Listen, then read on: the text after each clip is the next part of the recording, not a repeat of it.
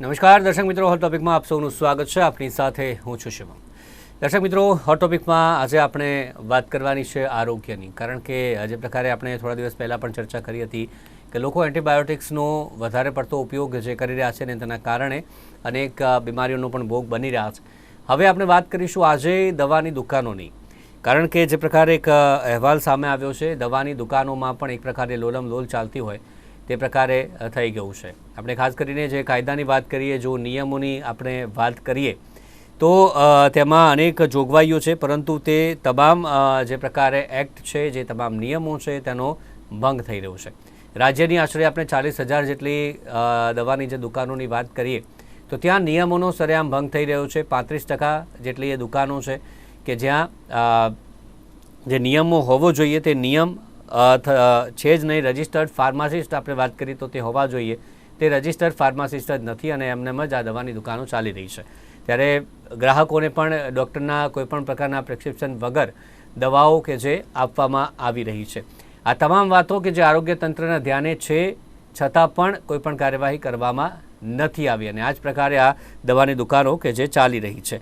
તો મેડિકલ સ્ટોરમાં નિયમોનું પાલન ન થતાં જે લોકોના આરોગ્ય સાથે ચેડા થઈ રહ્યા છે, આ પણ એક વાત સામે આવી રહી છે. આ સાથે જે ડ્રગ્સ જે ઇન્સ્પેક્ટરની આપણે વાત કરીએ તો તેની ભરતી નથી, એ કેમ છે એ પણ એક મોટો સવાલ છે. અને આ ભરતી શા માટે નથી થતી? શું તોડબાજ અધિકારીઓ પોતાની દુકાન ચલાવવા માટે આ નવી ભરતી નથી થવા દેતા કે શું?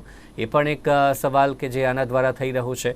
અનેક સવાલો આના દ્વારા થઈ રહ્યા છે. જે પ્રકારે વાત કરીએ તો ગયા વર્ષે જ આ ફાર્મસી એક્ટમાં સુધારો કરવામાં આવ્યો હતો, પરંતુ તે તમામ સુધારામાં જે દંડની જોગવાઈઓ હતી, પરંતુ તે સંચાલકો કે જે પાછળથી કોઈપણ બીજી રકમ આપીને તે ચૂપ કરાવી દેતા હોય છે. આ પણ એક વાત સામે આવી રહી છે. તો એક્ટમાં સુધારો કરવામાં આવ્યો, તેનો શું લાભ? એ પણ એક સવાલ ચોક્કસથી થઈ રહ્યો છે. તો ઘણા બધા સવાલો આ મુદ્દે ખાસ કરીને થઈ રહ્યા છે. લોકોના આરોગ્ય સાથે જોડાયેલો પ્રશ્ન છે, એટલે ચર્ચા ચોક્કસથી આમાં સ્વાભાવિક છે અને એના જ મુદ્દે ચર્ચા આપણે કરીશું આજે. મારી સાથે સૌથી પહેલાં ફાર્મ માર્કેટિંગ સાથે સંકળાયેલ દેવાંગભાઈ છાયા આપણી સાથે જોડાઈ ગયા છે. દેવાંગભાઈ, આપનું સ્વાગત છે.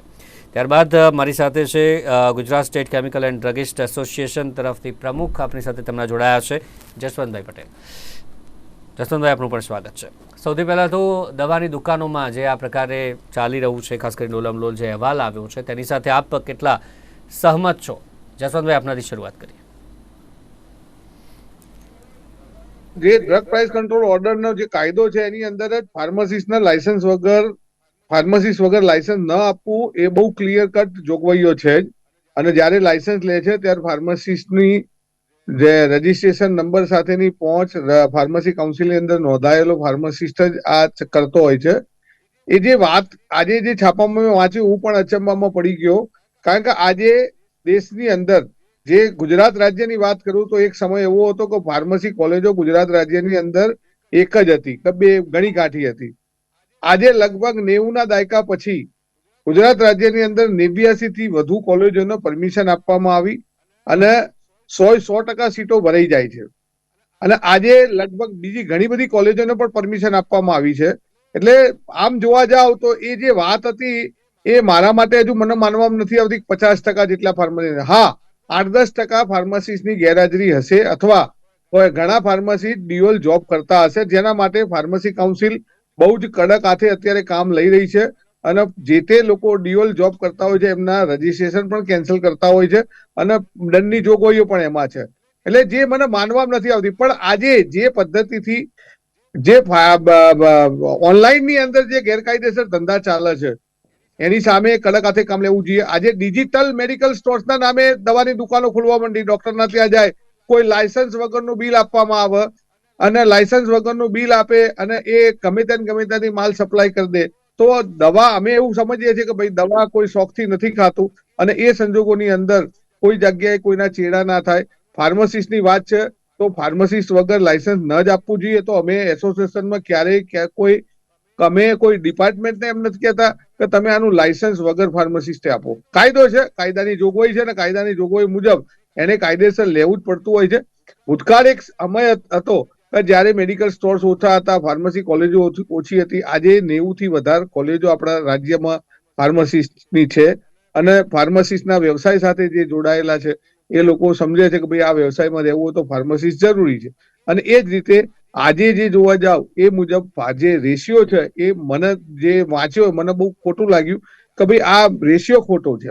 ફાર્માસિસ્ટની હાજરી છે જ, પણ જ્યાં ખોટું ચાલી રહ્યું છે કે ઓનલાઈન ની અંદર ખોટું ચાલી રહ્યું છે, જે શિડ્યુલ એમના કાયદા મુજબ ડોક્ટરો જે રીતે દવા રાખી અને વેપાર કરે છે ત્યાં ફાર્માસિસ્ટ નથી, બરાબર છે. ત્યાં ડિજિટલ કેમિસ્ટના નામે જે વેપાર ચાલે છે ત્યાં આગળ ફાર્માસિસ્ટ નથી.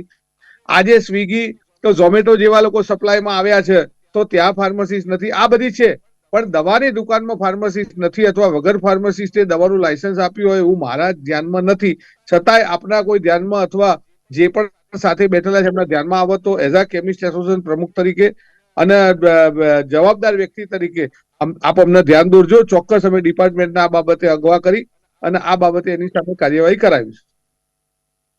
આમાં કારણ કે જે 35%નો રેશિયો, પરંતુ જસવંતભાઈએ ચોખ્ખું કહ્યું કે એવું હજી સુધી ધ્યાને નથી આવ્યું ગુજરાત રાજ્યમાં. ખાસ કરીને આપનું શું મંતવ્ય છે? મેડિકલ સ્ટોરમાં શું ફાર્માસિસ્ટની જે ડિગ્રી વગર જે દવા આપી રહ્યા છે આ લોકો, અને આ રેશિયો જે સામે આવે છે 35%નો, આપને કેટલો યોગ્ય લાગી રહ્યો છે? તો આમાં છે ને આંકડા સમાચાર પત્રમાં આવેલા હોય કે મીડિયામાં આવેલા હોય, થોડા ઘણા અંશે સાચું તો હોવાનું જ છે, કારણ કે માહિતી એમણે ક્યાંકથી તો મેળવી જશે.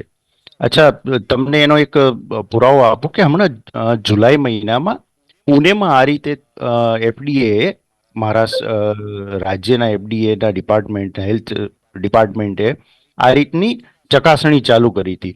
પુના જેવા જે શહેરમાં તમને નવાઈ લાગશે કે 477 મેડિકલ સ્ટોરમાં ફાર્માસિસ્ટ હાજર નહોતા. એટલે વિચાર કરો કેવો મોટો આંકડો છે. અને એ ઉપરાંત લગભગ 100 થી ઉપર મેડિકલ સ્ટોરમાં ફાર્માસિસ્ટના લાયસન્સ રિન્યુડ નહોતા થયા. એટલે થોડા ઘણા અંશે આ હવે એક હકીકત બની ગઈ છે. અને એમાં એક બહુ મોટો ફાળો એ છે કે જેમ જસવંતભાઈએ વાત કરી કે ફાર્મસી કોલેજ ઘણી વધી ગઈ છે, ફાર્મસી ગ્રેજ્યુએટ, બીફાર્મ, એમફાર્મ ઘણા બધા આવી ગયેલા છે, છતાં પણ ક્યાંક ને ક્યાંક કચાશ રહી જાય છે, ટૂંકું પડે છે. એનું કારણ એમ હશે કે એક તો છેલ્લા 15 વર્ષમાં આપણી મહાનગરપાલિકાઓ અને નગરપાલિકાઓની હદ ખૂબ જ વિસ્તરી ગઈ છે. નવા નવા એરિયા જોડાણા અને નવા નવા એરિયામાં દરેક પ્રકારની દુકાનો ખુલી, એમાં મેડિકલ સ્ટોર્સ પણ ખુલ્યા. મારા પોતાના રોડ ઉપરની વાત કરું તો છેલ્લા 1 વર્ષમાં 3 મેડિકલ સ્ટોર હતા, આજે 11 મેડિકલ સ્ટોર છે. એટલે તમે વિચાર કરો કે, અને દરેક કમાવા બેઠા છે, દરેકને પોતાનું એમાંથી આવક રળવી છે. મેડિકલ સ્ટોરમાં પણ લોકો કામ કરે છે.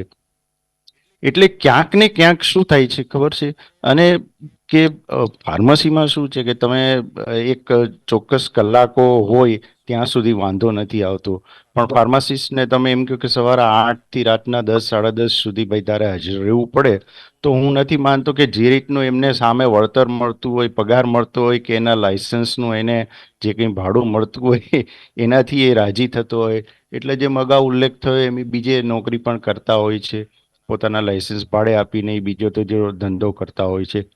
એક મુદ્દો એ પણ છે કે ઘણા બધા ફાર્મસી જેમણે મેડિકલ સ્ટોર ખોલ્યા છે એમાંના ઘણા ફાર્મસી ગ્રેજ્યુએટ પણ હોય છે. એક આખો પીરિયડ એવો હતો, પણ જેમ જેમ કોલેજો વધી, ફાર્મસી ના બધા બેચલર્સ અને માસ્ટર્સ કરીને આવ્યા, તો હવે બધાનો સમાવેશ તો થઈ શકે નથી. એક દુકાન પ્રત્યે બહુ તો એક લાયસન્સ તમે મૂકી શકો.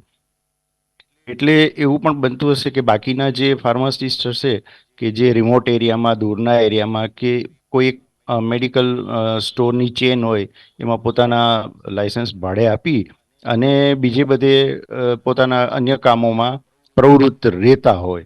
એટલે એક આંકડો ચોંકાવનારો છે. પહેલી નજરે એવું લાગે છે, પણ અશક્ય નથી. કોઈ પણ ફાર્માસિસ્ટ જેવી વ્યક્તિ માટે કદાચ મેડિકલ સ્ટોર ઉપર આખો દિવસ હાજર રહેવું એ ખબર નહીં, ગમે તે કારણે એને ફાવતું નહીં હોય કે માનસિક કે શારીરિક રીતે એ તૈયાર નહીં થતો, એટલે પોતાનું લાયસન્સ એ ત્યાં દિવાલ ઉપર ટીંગાડવા આપી દેતા હશે અને એ પોતે ગેરહાજર રહેતા હશે. એવું પણ બની શકે ખરું.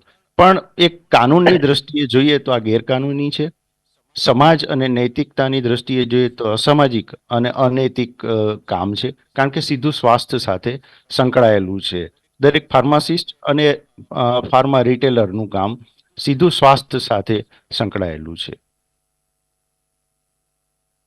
કેટલા સહમત થશો પોતાનું લાયસન્સ આપીને ગેરહાજર રહેવાનું છે? અત્યારે દેવાંગભાઈએ વાત જણાવી, ઘણી બધી બીજી અન્ય બાબત પણ જણાવી કે શું શું તકલીફ હોઈ શકે છે, શું શું સમસ્યા હોઈ શકે છે. ગેરકાનૂની ચોક્કસથી છે, આપની દ્રષ્ટિએ આ હોઈ શકે છે?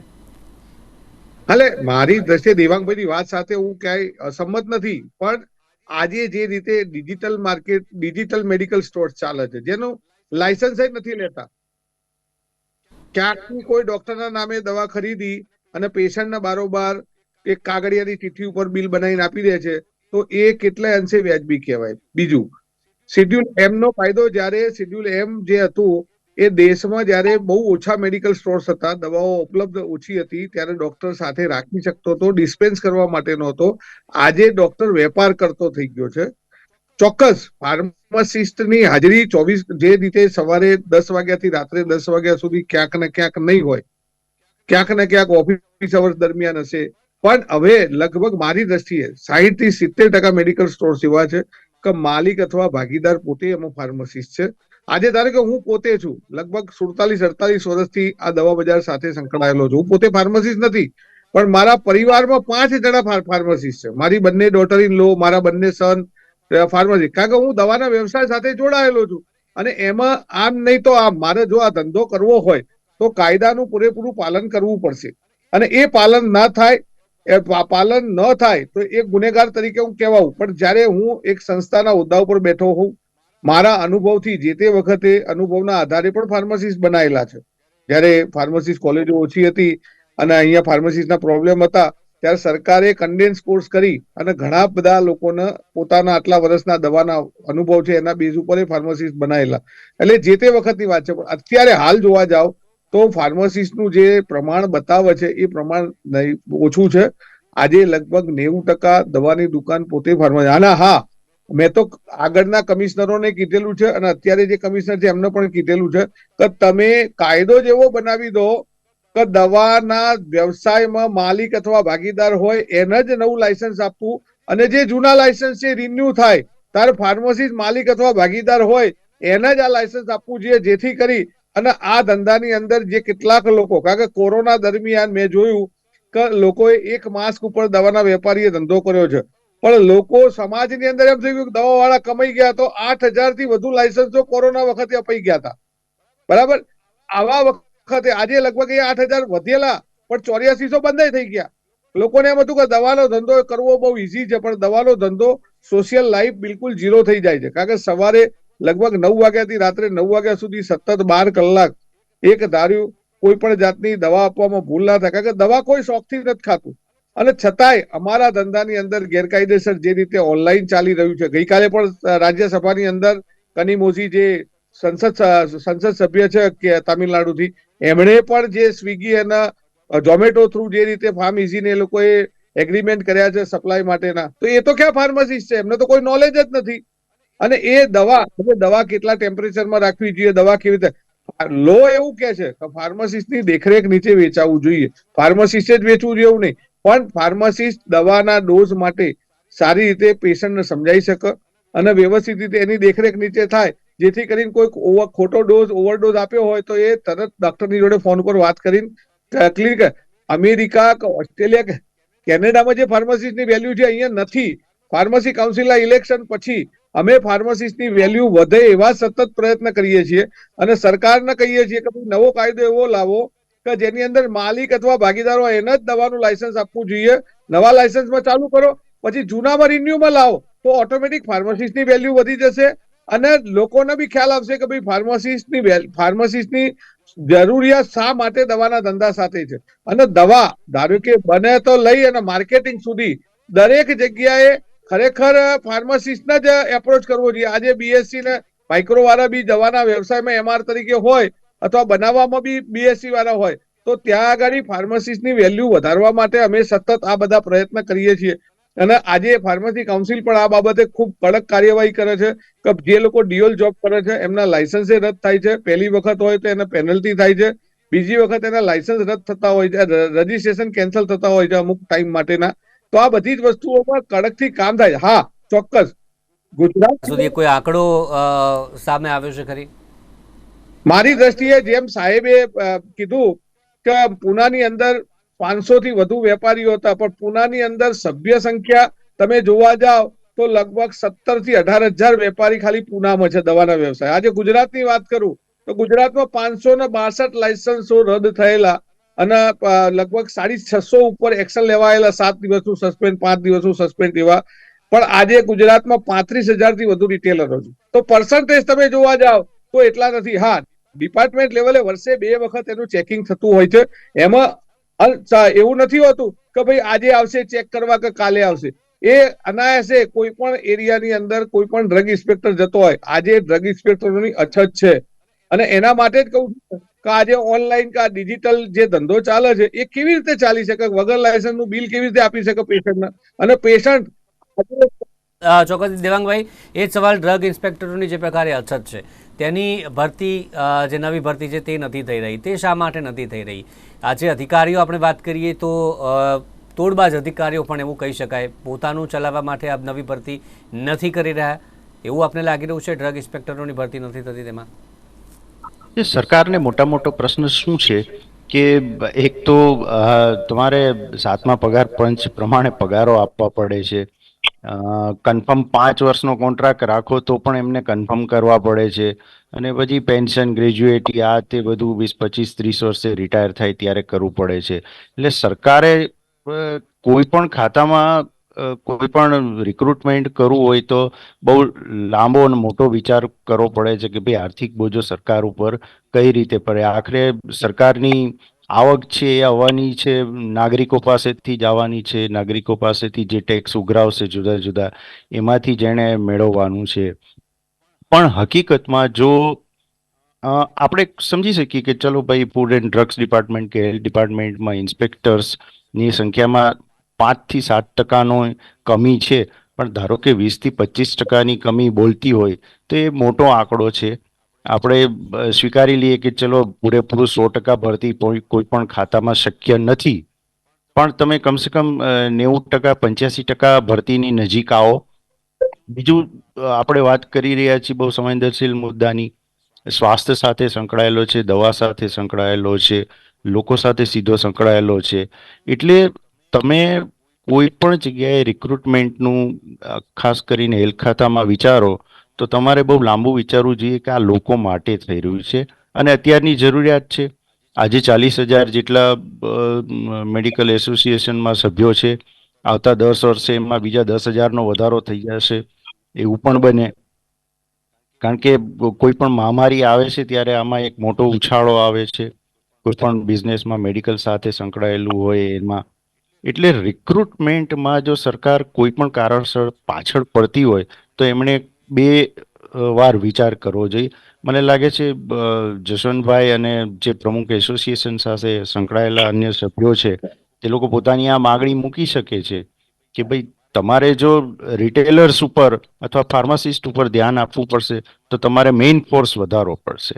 માણસો વધારે નહીં હોય તો તમે નહીં પહોંચી શકો, પછી તો જે કરવું એ કરી શકે. અમે આ બાબતે ફાર્મસી કાઉન્સિલ આ દુકાન ફાર્મસિસ્ટ ચેકિંગ કરવા માટેની જવાબદારી પણ માગી હતી કે ભાઈ ફાર્મસી કાઉન્સિલ આની જવાબદારી આપવામાં આવે કે ભાઈ ફાર્મસિસ્ટની કેટલી, કારણ કે ફાર્મસિસ્ટની વેલ્યુ વધારવી, તમે સમજો. અને આજે લોકો દવા કોઈ દવા એમને શોખથી નથી ખાતું અને એની સાથે જે ચેડા થઈ રહ્યા છે ફાર્મસિસ્ટને ખબર છે કે એટલા જ માટે અમે સરકારને પણ કીધેલું છે કે ફાર્મસી કાઉન્સિલને એક જવાબદારી આપો. ધારો કે સેમ્પલ લેવા માટે આજે સ્પુરિયસ દવાઓના પકડાય છે, સેમ્પલ લેવા માટે આટલી બધી ફાર્મસી કોલેજ છે, તો વિદ્યાર્થીઓને આની જવાબદારી આપવી જોઈએ કે ભાઈ જે તે એરિયામાંથી તમે સેમ્પલ ટેસ્ટિંગ લઈ શકો છો.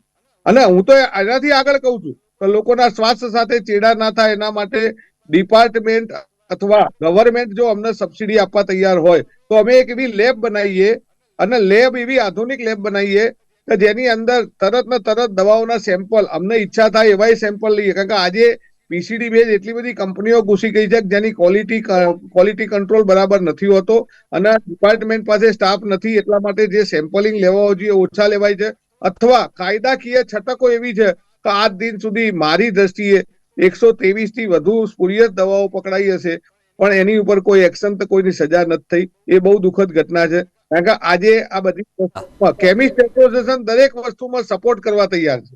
જી ચોક્કસથી. એક અંતિમ સવાલ બંનેને છે. જે એક આ અહેવાલમાં એક વાત પણ એવી છે કે જે નવો એક્ટ જે ગયા વર્ષે કંઈક સુધારા કરવામાં આવ્યા, 1 થી 2 લાખનો દંડ પણ જે પ્રકારે ક્યાંક જે જોગવાઈ કરવામાં આવી, પરંતુ સંચાલકો કે જે ડ્રગ ઇન્સ્પેક્ટરો હોય કે અધિકારીઓ હોય તેમના હપ્તા બાંધી દીધા છે, જેથી કંઈ થાય નહીં. એ પણ એક વાત આમાં સામે આવી રહી છે. તેમાં આપ કેટલા સહમત છો? અને જો એવું હોય તો કઈ રીતે જે એ નિવારણ લાવી શકાય આનું? દેવાંગભાઈ, આપનાથી શરૂઆત કરીએ. જી. અત્યારે સાહેબ આમ જોવા જાવ તો ડોક્ટર કોશિયા સાહેબ જે છે મેં બહુ સ્પષ્ટ અમને કીધું છે કે અમારો અધિકારી ક્યાંય કોઈ જગ્યાએ પૈસા લેતો હોય, ક્લાર્ક કોઈ પૈસા લેતો હોય તો તમે અમને તાત્કાલિક અસરથી જાણ કરો. અમે તાત્કાલિક એની ટ્રાન્સફર અથવા એને રજા ઉપર ઉતારી દઈશું. બહુ સ્ટ્રિક્ટલી એ લોકો ભ્રષ્ટાચાર વિરુદ્ધમાં ચાલી જાય, કારણ કે લોકોના સ્વાસ્થ્ય સાથે ચેડા ના થાય. એની જવાબદારી જ્યારે એ કેટલા પુનઃઓ પછી લોકોના સ્વાસ્થ્ય સાથેની જવાબદારી પર છતાંય જસવંતભાઈ, એ સવાલ છે કારણ કે સંચાલકો ડાયરેક્ટ એમને આપી દેતા હોય તો જાણ કોણ કરે? જાણ ક્યાંથી થાય પુરાવા સાથે? મોટા મોટા બોર્ડ મારેલા છે કે કોઈને પૈસા આપવા નહીં, કોઈ પૈસા માંગતો હોય તો તાત્કાલિક જણાવવું. આ બધી જ વસ્તુઓ છે. પણ લોકોને કેવું છે કે ઝડપી કામ કરાવવું છે અને ક્યાંક એજન્ટો મારફતે આ બધું ચાલતું હોય છે. હમણાં એસીબી ખૂબ એલર્ટ થઈ ગયેલી છે અને જેના હિસાબે આ બધું ઘણી બધી વસ્તુઓ પર રોક થયો છે. અમે અમારી જોડે જયારે કોઈ કમ્પ્લેન આવે છે તો અમે ડાયરેક્ટ કમિશનરને કહીએ છીએ કે સાહેબ આ અધિકારી આમ કરી રહ્યો છે, અને તાત્કાલિક સાહેબ અમને જવાબ આપે છે પોઝિટિવલી, અને એને તરત જ બોલાવી અમારી સામે બી ઘણી વખત અધિકારીઓને કહેતા હોય છે. એટલે ગુજરાતની વાત કરો તો ગુજરાતનું ડિપાર્ટમેન્ટ આમ જોવા જાવ તો સ્વાસ્થ્ય સાથે જે ચેડા થાય છે અથવા જે સ્પુરિયસ દવાઓ પકડાય છે, બાકી હું બીજા બધા સ્ટેટમાં જઉં છું, જોઉં છું તો ત્યાં આગળ કઈ પરિસ્થિતિમાં ચાલે છે એની કરતા ગુજરાતનું ફૂડ એન્ડ ડ્રગ ઓથોરિટી અથવા આપણું જે કમિશનરની ટીમ છે એની પાસે જે કામ કરવાની પદ્ધતિ છે એ મારી દ્રષ્ટિએ લગભગ 15 થી 17 સ્ટેટ આપણી જે સિસ્ટમ છે એના અનુરૂપ થાય છે. હા, ક્યાંક કરપ્શન છે, નથી એવું હું તો ક્યારેય નહીં કહું, કારણ કે વેપારીઓને જલ્દી કામ કરાવવું હોય છે અને અધિકારીઓને સરકાર તરફથી પગાર મળતો હોય છે. ક્યાંક ને ક્યાંક 1-2% દરેક જગ્યાએ, ધારો કે ડોક્ટર હોય, કેમિસ્ટ હોય કે સરકારી અધિકારી હોય કે કોઈ બી, ક્યાંક ને ક્યાંક તો ખોટ છે જ આ બાબતે. એવું નથી કે ભાઈ દરેક દૂધે ધોયેલા છે. મુદ્દો ખાસ અને અન્ય જે મુદ્દો એક પણ છે કે જે સીસીટીવી ફરજિયાતની વાત કરવામાં આવી તે પણ પૂરતા પ્રમાણમાં નથી પાલન કરી રહ્યા. આ આખો પ્રશ્ન છે ને, પહેલી વાત આપણે જે ચર્ચા કરતા હતા એ નૈતિકતાનો પ્રશ્ન છે. હવે નૈતિકતાના પાઠ, ધારો કે ફાર્માસિસ્ટ તૈયાર થતો હોય, ફાર્મસી કોલેજમાં આવે તો પહેલે દિવસથી એને ભણાવવાના ચાલવું જોઈએ અને વારંવાર એ રિપીટ કરવું જોઈએ. અથવા તો તમારે સ્કૂલથી જ આપવું જોઈએ કે ભાઈ તમે મેડિકલમાં જઈ રહ્યા છો, ફાર્મસીમાં જઈ મેડિસિન સાથેનો તમારો પ્રોફેશન થવાનો છે, તો આ નૈતિક પાઠ છે, તમારે આવું કરવું, આવું ન કરવું. બીજું, અધિકારીઓ કે એમની નીચેના વ્યક્તિઓ એવું કરતા હોય તો ભાઈ એમને સુધારવા માટે પણ પગલાં લેવા જોઈએ.